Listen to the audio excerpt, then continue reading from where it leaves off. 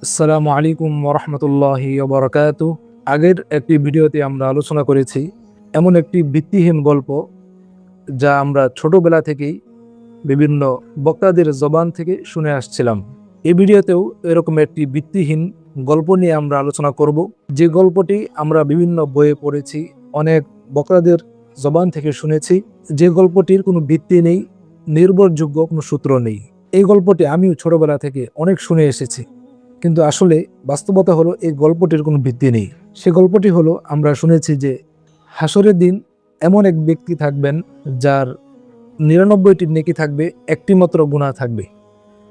আরেক ব্যক্তি এমন থাকবে যার 99টি গুনাহ থাকবে আর একটি মাত্র নেকি থাকবে। তো যার 99টি নেকি রয়েছে, আল্লাহ রাব্বুল আলামিন নাকি তাকে বলবেন, তোমার আরেকটি নেকি দরকার, তুমি সেটি নিয়ে আসো। তো সে সেটি নিয়ে এসে 100 পূর্ণ করবে।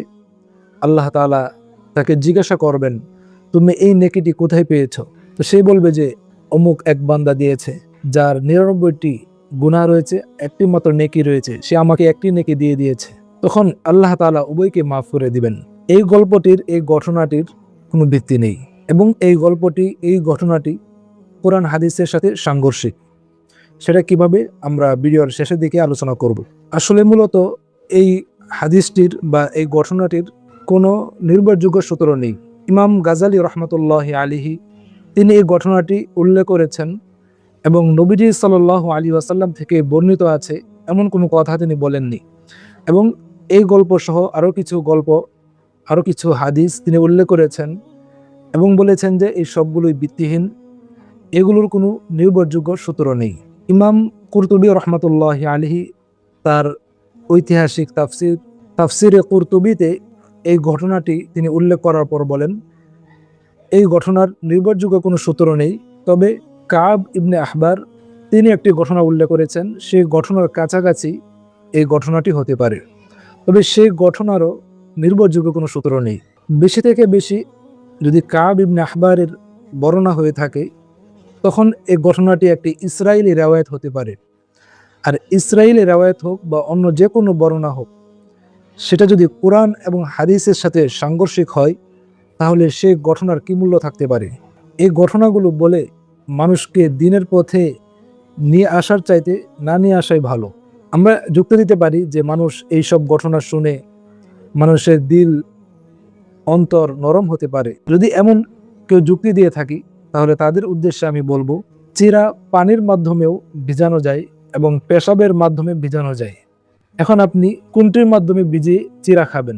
যদি আপনি একজন সুস্থ মস্তিষ্কের মানুষ হন, তাহলে তো অবশ্যই পানির মাধ্যমে ভিজিয়ে খাবেন।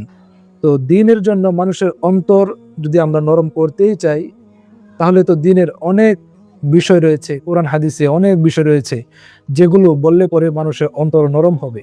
আল্লাহ তাআলা কোরআনে ইরশাদ করেছেন যে মানুষের অন্তর নরম হয় আল্লাহ তাআলার জিকিরের মাধ্যমে, স্মরণের মাধ্যমে। কেউ যদি চায় তার অন্তরকে নরম করবে, তাহলে সে যেন বেশি বেশি আল্লাহর জিকির করে, এই জিকিরের মাধ্যমে তার অন্তর নরম হবে। এবং কোরআনের তেলাওয়াত যে যত বেশি করবে এবং শুনবে, তার অন্তর তত বেশি ইসলামের দিকে আকৃষ্ট হবে এবং নরম হবে। তো অন্তর নরম করার জন্য এইসব ভিত্তিহীন গল্প, যেগুলো কোরআন হাদিসের সাথে সাংঘর্ষিক, সেগুলো বর্ণনা করাও জায়েজ নেই। তো কোরআন হাদিসের সাথে সাংঘর্ষিক কিভাবে, আমরা এই বিষয়টি এখন জানব। কোরআনে আল্লাহ রাব্বুল আলামিন স্পষ্টভাবে উল্লেখ করেছেন, ওয়াত্তাকু ইয়াওমান লা তাজজি নাফসুন আন নাফসিন শাইআ ওয়ালা ইউকবালু মিনহা শাফাআতু ওয়ালা ইউখাযু মিনহা আদলু ওয়ালা হুম ইউনসারুন। আল্লাহ বলছেন যে তোমরা সেই দিনকে ভয় করো যেই দিন কেউ কারো কোনো উপকারে আসবে না। অথচ এই গল্পের মধ্যে আমরা জানতে পারলাম যে যার 99টি নেকি রয়েছে, সে আরেকজনকে একটি নেকি এনে 100 পূর্ণ করে সে জান্নাতে যাওয়ার যোগ্য হবে। অথচ এই আয়াতে আল্লাহ রাব্বুল আলামিন বলছেন যে সেই দিন কেউ কারো কোনো উপকারে আসবে না। সেই দিন আল্লাহ রাব্বুল আলামিন কারো থেকে মুক্তিপণ গ্রহণ করবেন না, কেউ কারো কোনো সাহায্যে আসবে না, এবং কেউ কারোর জন্য সুপারিশ করার যোগ্যতাও রাখবে না। এমনকি জন্মদানকারী পিতা মাতাও সেই দিন তার সন্তানের কোনো উপকারে আসবে না। সেটাও আল্লাহ রাব্বুল আলামিন পবিত্র কোরআনে ইরশাদ করেছেন, ইয়া আইয়ুহান নাসু তাকু রাব্বাকুম ওয়াখশাউ ইয়াওমান লা ইয়াজজি ওয়ালিদুন আন ওয়ালাদি ওয়ালা মাউলুদুন হুয়া জাজিন আন ওয়ালিদিহি শাইআ, যে সেই দিন পিতা মাতাও সন্তানের কোনো উপকারে আসবে না, বরং আপন ভাই তার ভাই থেকে পালাবে, মা তার সন্তানকে হাসরের দিন দেখে পালাবে, বাবা তার সন্তানকে হাসরের দিন দেখে পালাবে, সন্তান তার বাবা মাকে দেখে পালাবে। কেন? যেন তার বাবা মাকে কোনো উপকার করা না লাগে, তাদেরকে যেন কোনো নেকি দেওয়া না লাগে। কারণ বাবা মা যদি সন্তানের কাছে কোনো নেকি চায়, সন্তান সেই দিন চিন্তায় পড়ে যাবে। এটা থেকে বাঁচার জন্য সেই দিন সবাই সবার থেকে পালিয়ে বেড়াবে।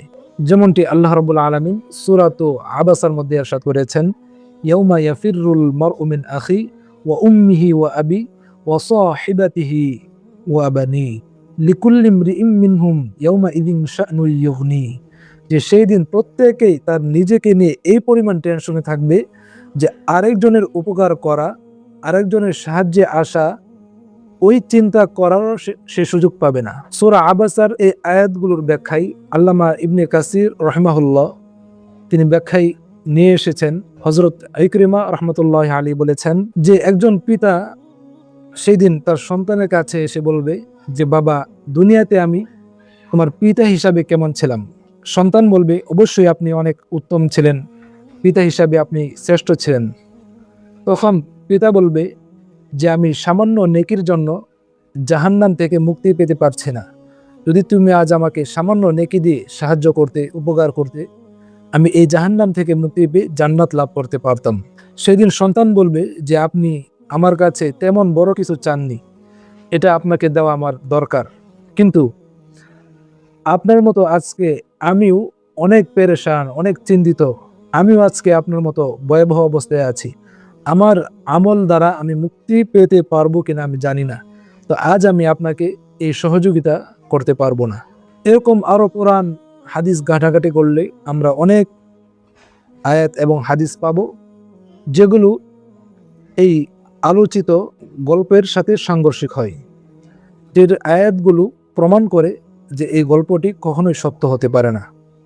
এটি একটি ভিত্তিহীন গল্প এবং হাদিস, যা রাসূলের নামে কতিপয় বক্তারা মাহফিলে বলে মানুষের মন নরম করার চেষ্টা করে। তবে এই ভিত্তিহীন গল্প যে এক নেকির দ্বারা 99 নেকিওয়ালা ব্যক্তি জান্নাতে যাবে, এই গল্পের কাছাকাছি একটি হাদিস রয়েছে, সেই হাদিসটি আপনাদের সাথে শেয়ার করছি। সেই হাদিসটি হলো রাসূলুল্লাহ সাল্লাল্লাহু আলাইহি ওয়াসাল্লাম বলেছেন যে কিয়ামতের দিন আল্লাহ তাআলা এক বান্দার সামনে 99টি আমলনামা খুলে দিবেন। তো সে দেখবে যে 99টি আমলনামা গুনাহ দিয়ে ভরপুর। তখন আল্লাহ রাব্বুল আলামিন এই বান্দাকে ডেকে এনে বলবেন, এই যে তোমার আমলনামা রয়েছে, এগুলো কি সত্য কিনা? তখন সে বলবে, আল্লাহ অবশ্যই এগুলো সত্য। সে ভয়ে আল্লাহর সামনে কাঁপতে থাকবে। তখন আল্লাহ তাআলা বলবেন, তোমার জীবনে কি এমন কোনো আমল আছে যেই নেক আমলটি এই 99টি গুনাহের মোকাবেলা করতে পারে? তখন সে বান্দা বলবে যে আল্লাহ, আমার এমন কোনো আমল নেই যে আমল এই 99টি গুনাহের আমল নামার মোকাবেলা করতে পারে। তখন আল্লাহ তাআলা তার সামনে একটি চিরকুট রাখবেন।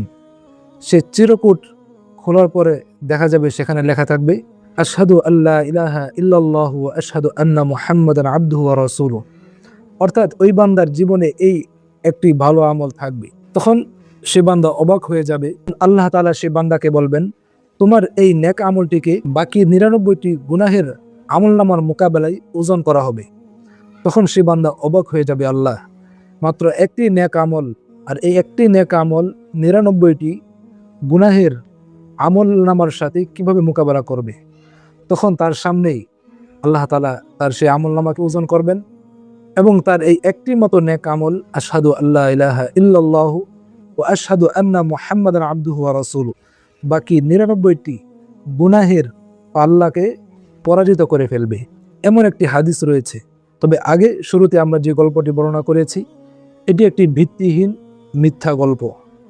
আল্লাহ রাব্বুল আলামিন এই জাতীয় ভিত্তিহীন মিথ্যা গল্প থেকে আমাদেরকে হেফাজত করুন। আমরা যারা সাধারণ মানুষ আছি, আমরা কোনো বক্তার বয়ান যদি আমরা শুনতে চাই, কোনো আলেমের কাছে সরাসরি পরামর্শ করে আমরা তারপর ওই বক্তার বয়ান শোনার চেষ্টা করব। যদি আমরা কোনো বই পড়তে চাই, সেই বইটিও আমরা কোনো আলেমের সাথে পরামর্শ করে সেই লেখক সে নির্ভরযোগ্য কিনা সেই তথ্য যাচাই করেই আমরা সেই বইগুলো পড়ার চেষ্টা করব। আল্লাহ রব্বুল আলামিন আমাদেরকে আমল করার তৌফিক দান করুন।